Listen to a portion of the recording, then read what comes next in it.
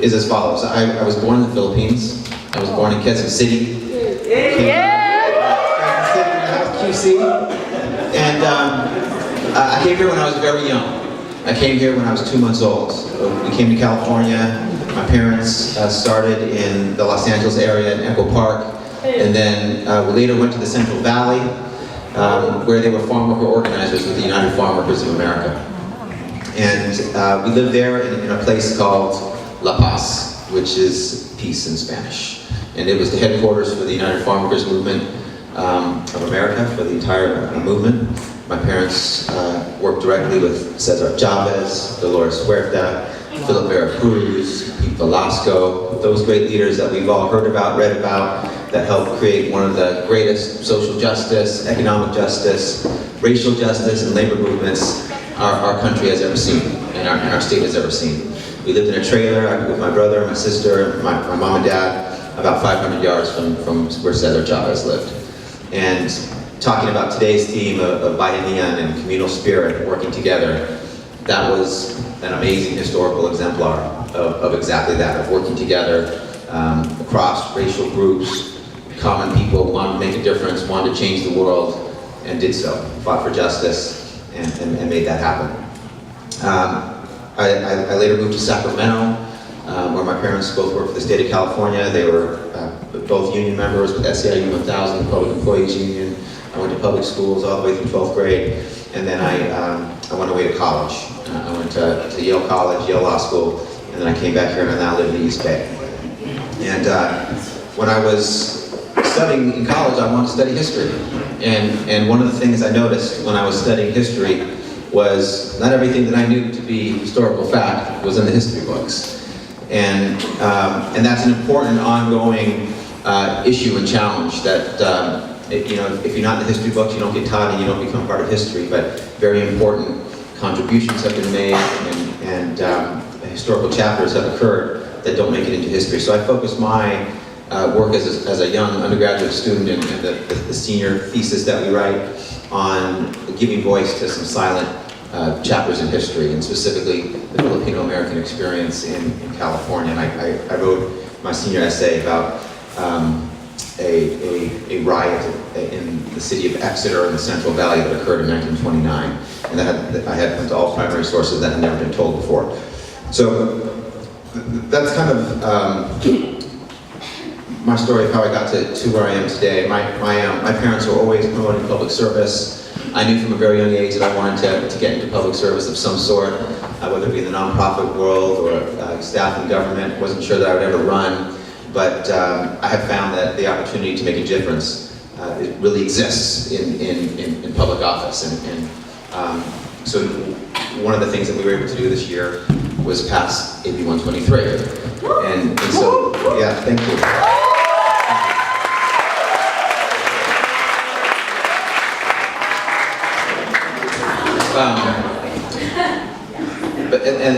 And let's talk about that for a moment. As was mentioned, I'm deeply honored to be the first Filipino-American state legislator in the history of the state, and that is super exciting. But it's also it took too long. To be perfectly honest, for the Filipino-American community, we deserve representation in the state legislature much earlier. Many of you might know this, maybe we're talking about this today. Filipino-Americans are the largest Asian American group in the entire state of California. We're the fastest growing. We were the fastest growing and second largest until very recently, and then the census data came out this year that we're both the largest and the fastest growing. So about 4% of the population, about 1.5 million of the 38, 39 million Californians in the state. And so if the state legislature provided proportional representation for Filipino-Americans, there would be 3 assembly members and 1 to 2 senators every year for the last few years. And so 4 to 5 legislators every year. That would be about 4% of the 120 legislators. But there's only been 1, and there's only been 1 this year. So we need to change that. And part of how we were able to break that glass ceiling and make history in 2012 was because of the support of Filipino-Americans all across the state. It was something that many leaders and community leaders and voters thought was very important to make that change.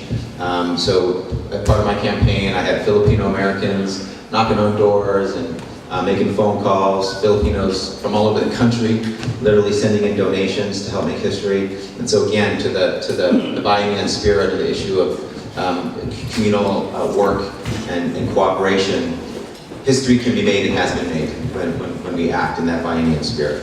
And then, why is it important to have a Filipino-American in the state legislature, to have someone who represents us, who shares our experiences? I wanted to do something that I thought was very important growing up as a history major, as someone whose parents were involved in the United Farmers of America movement, and as someone who had a unique perspective as a Filipino-American voter from California. And so that was AB 123. It was one of the first bills I introduced. I just thought it was absolutely important that the stories of some of our leaders who helped build and shape and create California and turn it into the amazing state that it is today, but haven't been given the credit that they were due, that be told. And you know, our elders, our manongs and manangs, many of them have passed away without being given the honor and the respect and the credit that they deserve, very sadly, for what they've done to build California. And so I introduced this bill because I wanted to provide them with that dignity and respect and honor. And I also wanted my kids, my children, young people throughout the state, your children, to be able to open up a textbook in the state of California and read about Philip Vera Cruz and Larry Ilion and the Delano grape strike in 1965, which kicked it all off. And that, you know, Dolores Huerta and Cesar Chavez joined after Filipino leaders initiated it, and then later created together the United Farmers of America. I wanted that to be told, so that our young people could have pride in what we've accomplished and what their community, what their people have accomplished. And I'd be remiss if I didn't give a hearty and very heartfelt thank you to all of you and students throughout the state who really stepped up when this bill was introduced. There was a massive letter campaign, letters from students from all over the state.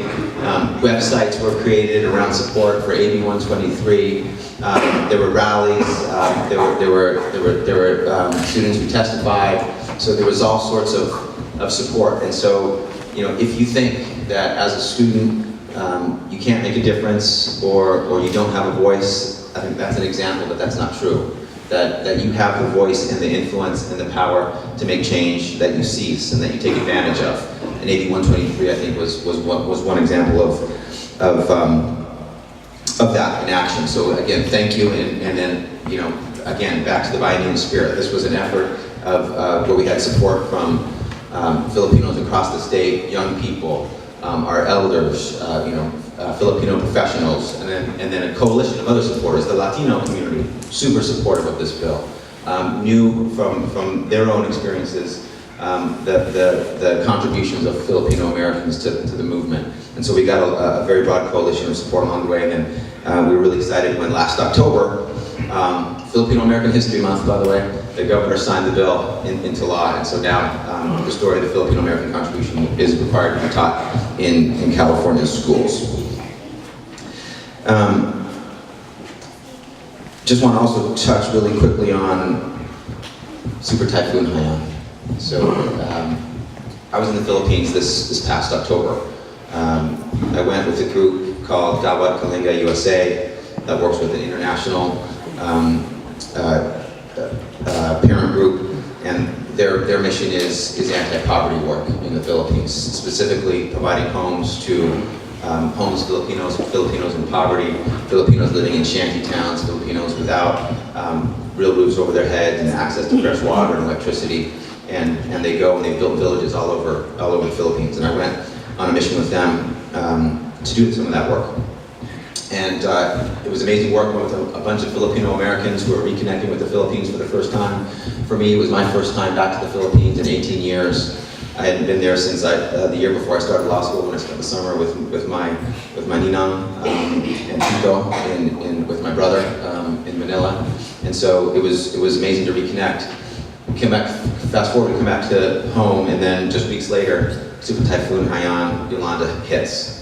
And I understand that tonight's concert is to benefit the victims and to provide additional relief, and that's amazing because now that it's out of the headlines, there's less attention to the victims, and it was really important to provide immediate disaster relief. And many of you throughout the state and right here in this room did that, helping to get millions of dollars sent over to the Philippines immediately to provide fresh water and food, housing for those victims.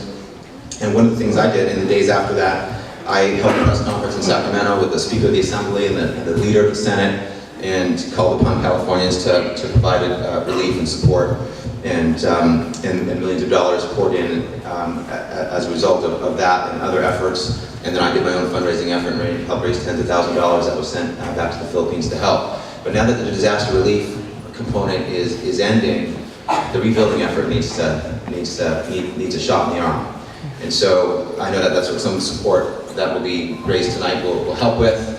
And I'm actually planning to go back in April to Leyte to actually help rebuild homes. And I think that, and I'm planning on bringing my wife and my oldest daughter, who's a freshman in high school, to do that with me. And so thank you for your commitment to that, for the work that you've done. Absolutely important to help the Philippines heal and rebuild after Super Typhoon Haiyan, which was the largest storm in the history of humankind that's ever hit land. And it was right squarely in the Visayas in the Philippines, as you know.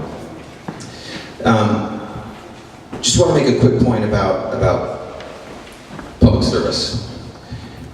Not always in the Filipino community or the larger Asian communities that you can serve in. If you care about social justice and equity and fairness and changing this world into the world that you want to live in and you want your kids to grow up in, then there's no better path than public service. You have the ability to make the change that you want to see in this world. And I learned that starting locally as the vice mayor of the city that I live in. I wanted to help make the community better. And then now in the state assembly, I'm one of only 80 assembly members that get to press a button to cast a vote to make absolutely critical decisions that affect 38 million, 39 million Californians, whether it be funding for higher education, CSUs, whether it be providing health care through the Affordable Care Act, whether it be raising the minimum wage to the highest in the country, which we did this last year, raising it to $10 an hour, whether it be job creation programs. I mean, we're able to make real decisions that impact the lives of families all across the state. So I just want to end by talking about a picture of my office. So I represent Oakland, Alameda, and San Leandro. I have an office in the district right in Oakland, and then I have an office in the state capitol in Sacramento. And in my capital office in Sacramento, I take all my meetings there with individuals who want to talk about bills or lobby me on a bill or have a meeting about something that they're interested in. And everyone who has a meeting in the office sees this picture on my wall. And it's a photograph of a hotel lobby from the 1920s in the city of Stockton. And it's a photograph of a sign. Many of you have probably seen it. Has 4 simple words on it. Those words are positively no Filipinos allowed. So why do I have that in my office? And many of you may have seen some of the other signs that were around at the same time. No dogs or Filipinos allowed. Outright, explicit discrimination towards the Filipino community. That was a time also when there were anti-miscegenation laws, when you couldn't marry across racial lines. And I have that in my office because, for 2 reasons. One, to show how much progress we've made, because we don't live in that world anymore, thankfully. We don't live in a world that's discrimination-free, but we don't live in a world where those signs are accepted or allowed or commonplace. But it's also a reminder of how much further we have to go. For me, constantly, and why I'm working in the State Assembly, why I'm so proud to be the first Filipino-American community, first Filipino-American legislator, and the work that's ahead. So I just want to end by saying that there's a lot of important work to do still. You are the next generation of leaders. Your commitment here today, your activism, the work that you've done demonstrates that. And I look forward to partnering with you to help create the world for the Filipino-American community that we want to see and to empower Filipino-Americans in this state and in this country. Thank you.